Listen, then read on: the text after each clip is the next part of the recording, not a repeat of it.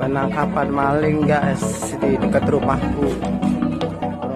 Syederalun penangkapan seorang pria diduga maling motor di Karawang terjadi pada Rabu sore 25 Mei 2022. Informasi mengenai penangkapan seorang pria diduga maling motor di Karawang tersebut diketahui dari unggahan dalam akun media sosial @infokrw. Berikut informasi lengkap mengenai penangkapan seorang pria diduga maling motor di Karawang berdasarkan pada unggahan tersebut. Diketahui bahwa peristiwa ini terjadi pada Rabu sore 25 Mei 2022. Adapun lokasi dari penangkapan terduga maling motor tersebut yaitu di Perumahan Johar Indah Karawang. Pria yang diduga sebagai maling sepeda motor tersebut berhasil diamankan oleh warga dan petugas kepolisian, seperti yang tertulis dalam keterangan pada unggahan tersebut.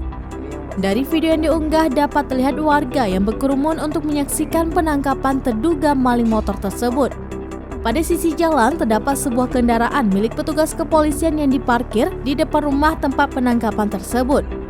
Di atas atap rumah seorang warga terdapat sejumlah orang yang berusaha untuk menurunkan seorang pria yang menjadi terduga maling motor tersebut. Pria tersebut yang tidak mengenakan baju nampak telah diborgol pada tangan dan kakinya.